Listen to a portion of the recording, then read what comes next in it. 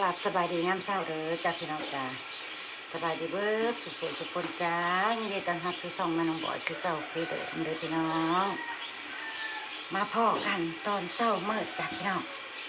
มาบวชเตรียมตัวสิใส่บาตรจ้าพี่น้องเพิ่นสิมีอันธรรมะสัญจรผ่านหน้าบ้านประบัวพี่น้องมื้อนี้ตอนเช้าธรรมะสัญจรเพิ่นสิมาบิณฑบาตนะพี่น้องปีหนึ่งมีเทื่อหนึ่งจ้ะครบรอบประบัวกสิเตรียมใส่บาตรนำชาวบ้านเพิ่นพี่น้องเพราะว่าเฮ็ดกันทุกปีครั้งหนึ่งเพิ่นสิผ่านมานี่พี่น้องผ่านมาหน้าบ้านประบัวเนี่ยตอนเช้าประบัวกสิเตรียมจ้ะเตรียมข้าวสารอาหารแห้งหรือว่าอย่างที่เฮามีหั่นแหละพี่น้องใส่บาตรให้เพิ่นพี่น้องประบัวกสิมีนี่แม่ประบัวมากแล้วก็มีนี่สิเตรียมใส่เนาะก็แล้วแต่ศรัทธาเฮาหั่นแหละพี่น้องเพิ่นก็บ่ได้ระบุหรอกว่าต้องหยังก็มีนมประบัวสิใส่น้ำมายำเนาะใส่เข้าไปก็จะมีไข่ต้มประบัวต้มไว้เลยชาวบ้านเพิ่นก็กำลังเตรียมกันพี่น้องเพราะว่าเพิ่นค่อนข้างสิมาเช้าแน่พี่น้องเพิ่นไปหลายหมู่บ้านโอ้ยคันประบัวน้อยแต่บ่เนาะคันประบัวน้อยแต่บ่พี่น้องมีไข่แล้วก็มีข้าวสารพี่น้องข้าวสารใส่เข้าไปเป็นข้าวหมกไข่ต้มประบัวต้มไว้อยู่เนาะเตรียมไว้พี่น้องเพิ่นมาแล้วเฮาก็สิได้ใส่เลยใส่บาตรกันเลยจ้ะเต็มแบบนางนำประบัวได้นี่เนาะขนม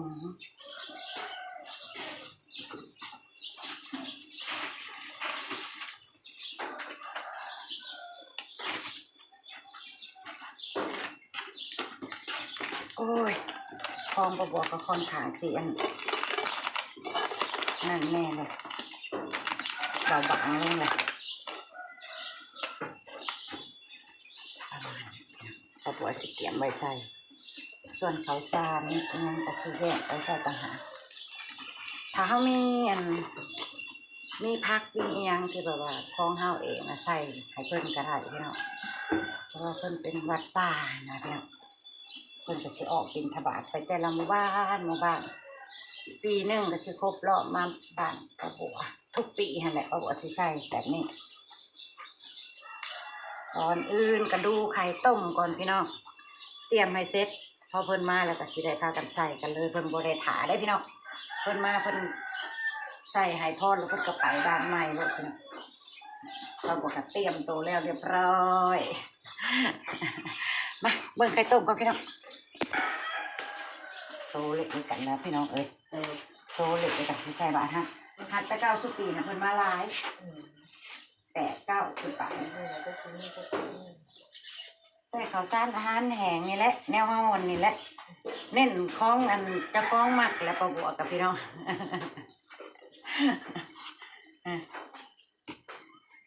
เพิ่นก็บ่ได้ระบุว่าต้องใส่อันนั้นเด้ออันนี้เด้อตามใจเฮาตามใจเฮา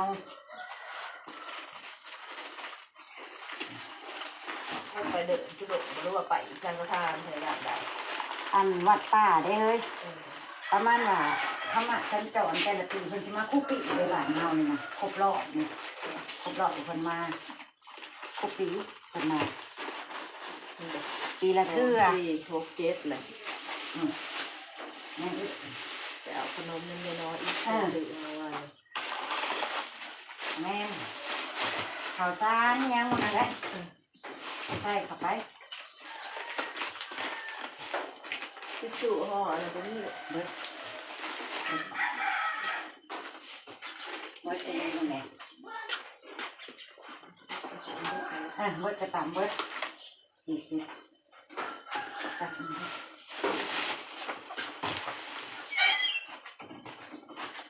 ไปบางคืนกับเขายังบุเปิดทาน นั่นแหละท่านไปทำวันท่านรู้ ทำบ้านมากับตัวเองมากกับเต็มข้ามเลย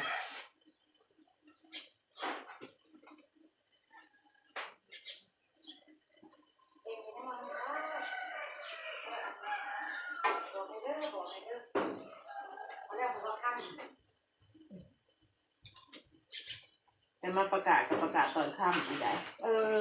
บัตรละตัวกับตอนทำมาได้อ้วนมาประกาศตอนค่ำเขาสิเตรียมน้องท่านหน่อยพอไปในบ้านประกาศค่ำ6โอ้ยขนมตัวเองเอาไปครับลืมเอาไว้ซะขายเลยลืมเลยเห็นได้วิจากมองนั่งข้าวว่าแล้วก็ลืมเลยแล้วก็ไปเลยเห็นดิเอว่าเท่าไรก็40ได้เนาะ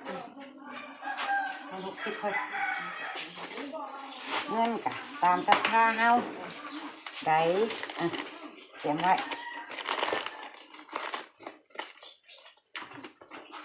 พี่น้อง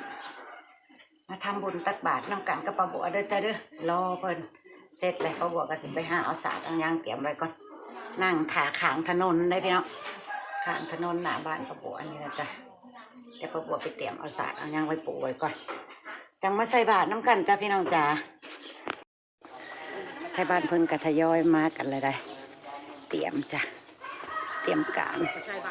ใส่บาตรตักบาตรแต่ว่ายังมาทันได้มากันเบิดดอกเริ่มทยอยมาแล้วเป็นของป้าบัวอยู่ผู้เดียวโดดเดี่ยวเลยพี่น้องมีไฟมาต่อ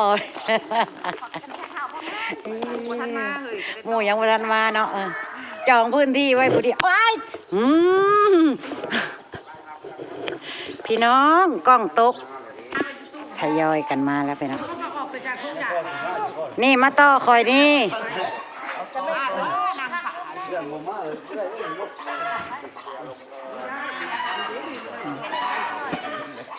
พยาบาลเพิ่งกันเริ่มประกาศแล้วพี่น้อง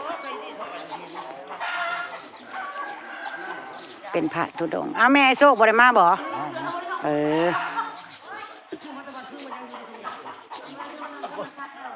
ลูกศิษย์เขาพวกคับท้ายอยู่เลยนั่งกันนี่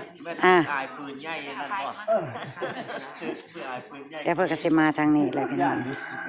มาทางบ้านเกษีนี่แหละจ้ะแล้วก็ผ่านเข้าไปบ้านในทำบุญใส่บาตรน้ำกันเด้อพี่น้องรอให้เพิ่นมาแล้วพี่น้องขบวนเพิ่นมากันแล้วจ้ะมีน้ำกระดาษเด้อตอนนั้นน้ำกระดาษเด้อเอาดอกไม้ครับได้แล้วก็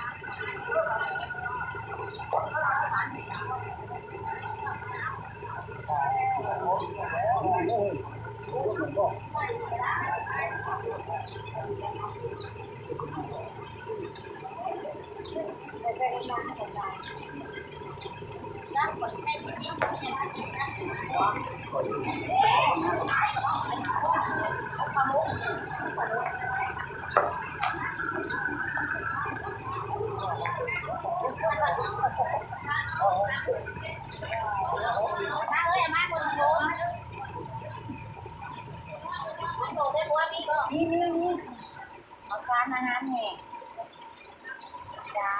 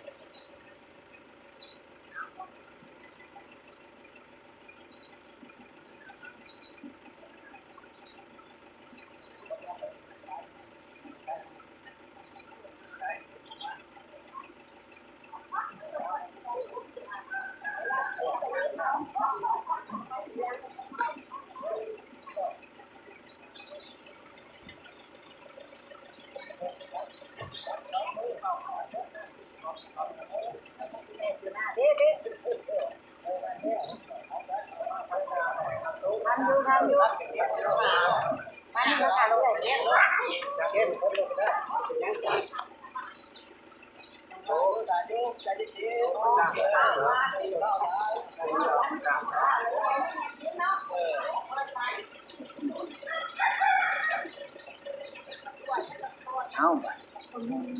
แล้ว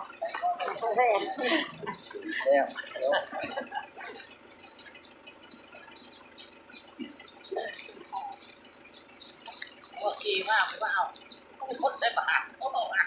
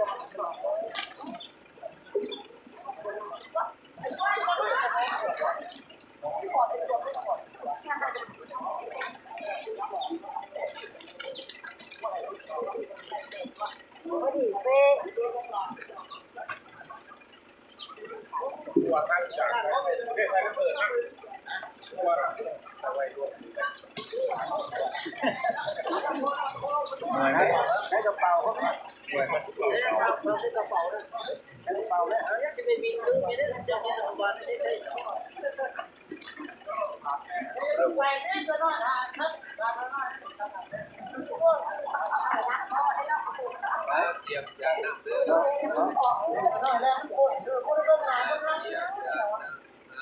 อจะกุตะกินาดินาสังฆมิสุปฏิทิตาติกาลตังอิตานัสสัตตันนโสอุป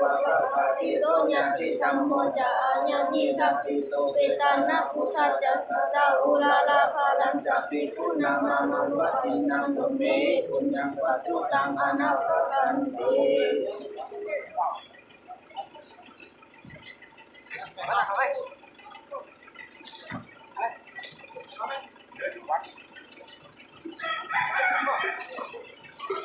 คนงานมันตื่นมั้ง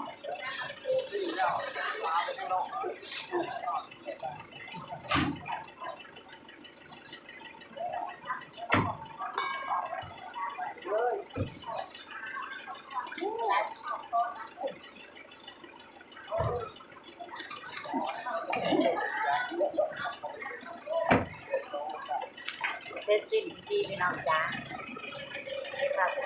การทำบุญด้วยบาตรตอนเช้าไว้กันเนี่ยด้วยกันเนาะบวชมันจะมาลาเป็นคนก่อนลาพระจากจ้าผู้คนประบวชคิดหนาจ้าได้บุญได้บุญด้วยน้องกันได้พี่น้องไปเจอจ้า